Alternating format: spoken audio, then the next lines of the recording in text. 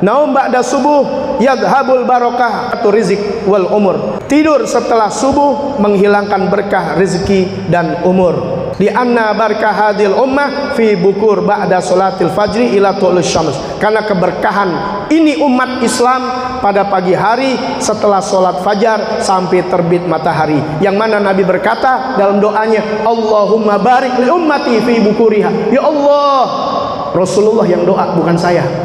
Rasulullah doain sampai sekarang masih berlaku. Ya Allah, berkahkan umatku pada pagi hari ini.